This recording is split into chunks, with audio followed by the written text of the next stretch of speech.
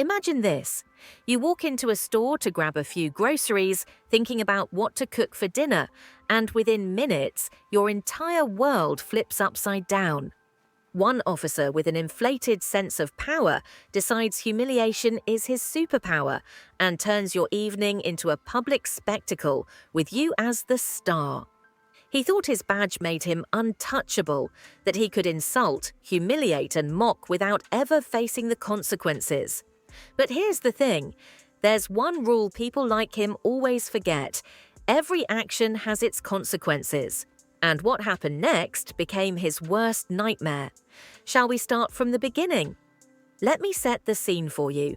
It was one of those ordinary evenings when everything seemed just fine until life decided to throw me into a plot twist straight out of a bad drama series. My name's Rachel Watson, 35 years old, and if there's one thing I've learned in life, it's that peace of mind is a luxury. I just wrapped up another day in my new role. Yes, I'm a freshly appointed state judge, though no one really knew that yet. Surprise careers are a thing, apparently.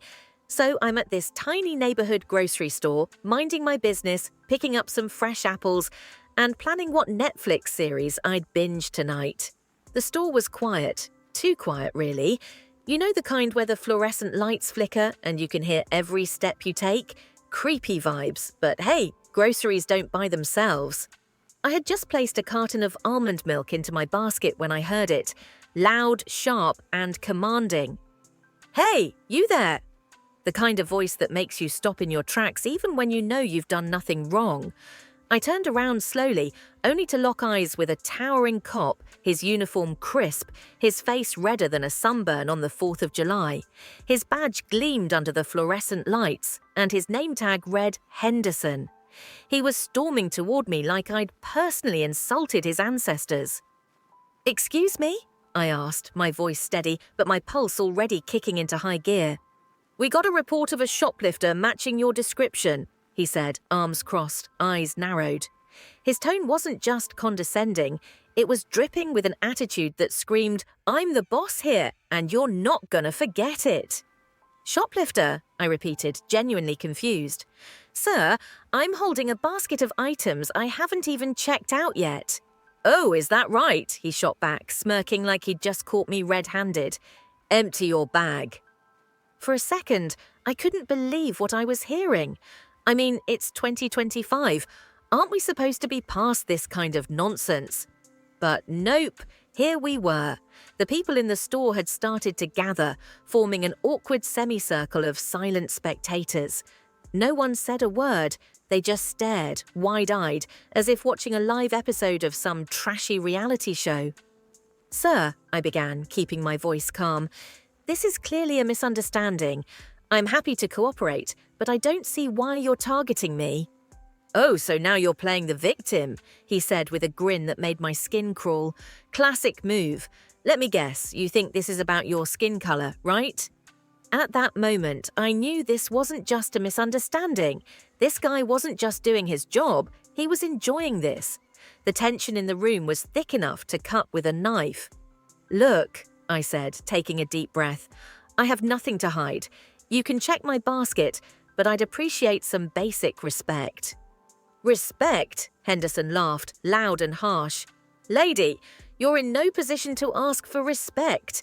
People like you should be thankful I'm even letting you speak." That's when the humiliation hit me like a punch to the gut. The crowd wasn't just watching, they were silently judging, whispering among themselves. I could feel my cheeks burning, not from shame, but from pure, unfiltered anger. "Fine," I said through gritted teeth, handing over my basket. "Knock yourself out." He rummaged through it like he was unearthing buried treasure, pulling out apples and cereal boxes as if they might explode. When he found nothing, his face twisted into something between frustration and spite. "Empty your purse," he barked. At this point, I knew he wasn't going to stop. He wasn't looking for stolen goods, he was looking for control. The air was heavy, oppressive, and my instincts told me that things were about to get worse. And boy, was I right. So there I was, standing in the middle of that dingy grocery store, feeling like I'd just walked into the world's worst improv sketch. Officer Henderson, let's call him Mr. Ego in uniform, had my purse in one hand, my dignity dangling by a thread in the other. The small crowd around us was whispering louder now, like they were at some twisted talent show, and I was the unprepared contestant. He dumped my purse onto the counter with all the finesse of a wrecking ball. Keys, phone, aise, a tube of lip balm, they all spilled out in front of everyone. It was like he expected diamonds or a missing Rembrandt to tumble out. "Well, look at that," Henderson sneered, poking through my things with his pen like they were radioactive. "Clean as a whistle. Guess you got lucky this time." "Lucky?" I repeated, my voice calm, but my temper was doing cartwheels. Lucky would be not being harassed in the first place. He didn't like that. His face twisted into a smug grin as he leaned in closer, towering over me. "You've got a smart mouth, don't you?" he said, his voice low and taunting. "You know, I could make this a lot worse for you." The way he said it made my skin crawl. This wasn't about shoplifting. This was about power, plain and simple. And let me tell you, the crowd wasn't helping. They just stood there, phones in hand, filming, whispering, but not a single person had the guts to step in. "Sir," I said, standing as tall as I could, "I have rights." Henderson laughed, like I'd just told the world's funniest joke. "Rights? That's cute. Let me show you how we handle rights around here." And that's when he did it. With one swift motion, he pulled out a can of pepper spray. I barely had time to process what was happening before he sprayed it directly into my face. The burning was instant, like someone had set fire to my eyes and lungs at the same time. I stumbled back, gasping, my hands flying to my face as tears streamed uncontrollably.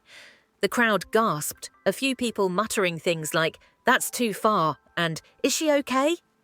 But no one moved to help. Through the haze of pain, I heard Henderson's voice, sharp and mocking. "Maybe next time you'll think twice before getting smart with me." I dropped to my knees, clawing at my face, trying to breathe through the fire that was now my entire existence. My vision was blurred, my head spinning, but even in that moment, I felt the weight of the humiliation more than anything else. Someone finally spoke up. "Hey man, that's not right. She didn't do anything." It was a young guy, maybe in his 20s, standing near the frozen food aisle. He stepped forward, holding his phone up. "I got it all on video." Henderson whipped around, his smug grin faltering for the first time. "Put that phone away, kid, or I'll—" "You're what?" the guy shot back, his voice shaking but determined. "Spray me too? Go ahead. Let's see how that works out for you when this goes viral." For a split second, the power dynamic shifted. The room was thick with tension, the kind that makes you hold your breath. Henderson hesitated, his eyes darting between me, the crowd, and the kid with the phone. But instead of backing down, he doubled down. "Everyone out!" he barked, waving his arms like a maniac. "Stores closed, go home!" The crowd began to disperse, murmuring uneasily, but the guy with the phone stayed put. "I'm not going anywhere," he said, holding his ground. "Not until you stop." As the burning in my eyes started to ease slightly, I managed to sit up, my hands trembling but steady. "You're going to regret this," I said, my voice hoarse but resolute. Henderson scoffed. "Yeah, sure I will." But even he didn't look so sure anymore. For a few seconds, the store felt frozen in time. The standoff between Henderson and the guy with the phone, let's call him Camera Hero, had everyone on edge. I was still on the floor wiping at my burning eyes with shaking hands, but the fog of pain was clearing, and with it came something stronger than anger, determination. Henderson's confidence had taken a hit, but he wasn't backing down. "You're interfering with a police investigation," he snapped at Camera Hero, pointing a finger like he was scolding a toddler. "Put that phone away, or I'll arrest you for obstruction." Camera Hero wasn't fazed. He stood firm, his phone steady. "Go ahead," he said, his voice louder now. "I'm not the one breaking the law here, officer." That line hit like a bomb. A few stragglers in the crowd nodded, their whispers growing louder. "Yeah, he's right," someone said. "This isn't okay." For the first time, Henderson looked genuinely rattled. His hand twitched at his side, as if deciding whether to reach for his radio or double down on his intimidation tactics. Meanwhile, I pulled myself to my feet, using the counter for support. My vision was still blurry, but my voice was steady when I spoke. "You've crossed every line, officer, and trust me, this isn't going to end the way you think it will." Henderson spun toward me, his face a mix of frustration and disbelief. "You're still talking," he barked. "Lady, you need to— Listen!" I cut him off, my tone sharp and cold. "You've already humiliated me, assaulted me, and made a complete fool of yourself in front of all these witnesses. So go ahead. Add another mistake to your list. I dare you."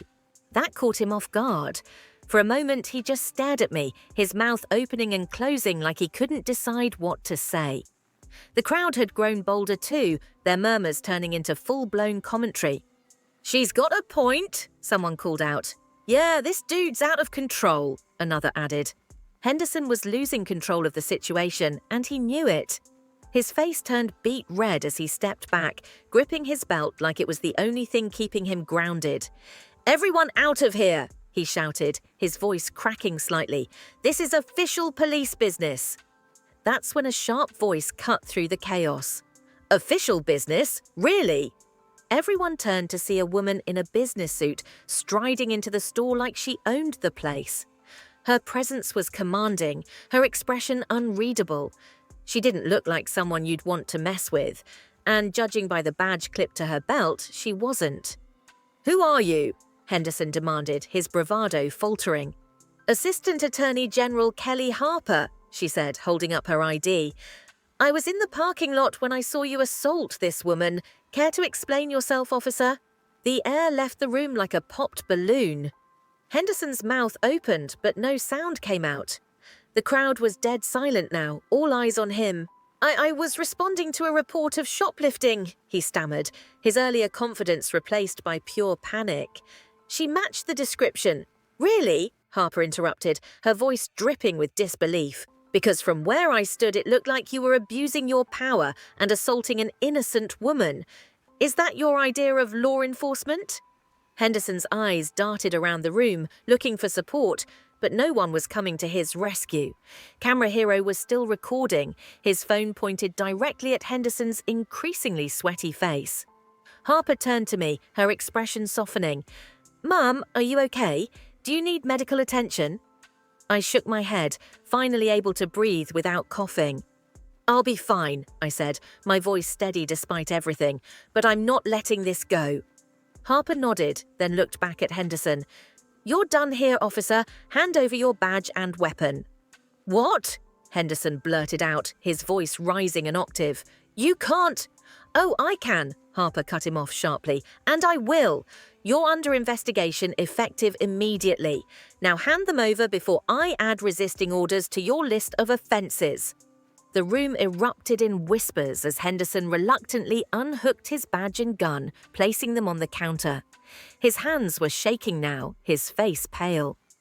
"This isn't over," he muttered, glaring at me as if I were the villain in his story. "No," I said, meeting his gaze with unwavering confidence. "It's just getting started." As Harper escorted Henderson out of the store, Camera Hero turned to me, a wide grin on his face. "That was insane. You okay?" I nodded, finally letting out a shaky laugh. "Yeah, I'm okay. Thanks for standing up back there." "No problem," he said, slipping his phone into his pocket. "The world needs more people like you." I smiled, knowing he had no idea just how much the world was about to hear about this. Because tomorrow, I wasn't just Rachel Watson, the woman harassed in a grocery store. I was Rachel Watson, state judge, and things were about to change. What would you have done in Rachel's place? Share your thoughts in the comments below. How would you handle such a situation? Have you or someone you know ever experienced something similar? Let us know your stories, and don't forget to like and share this post if it resonated with you. This story was created to raise awareness about important social issues and inspire positive change. Your voice matters, and together we can make the world a better place.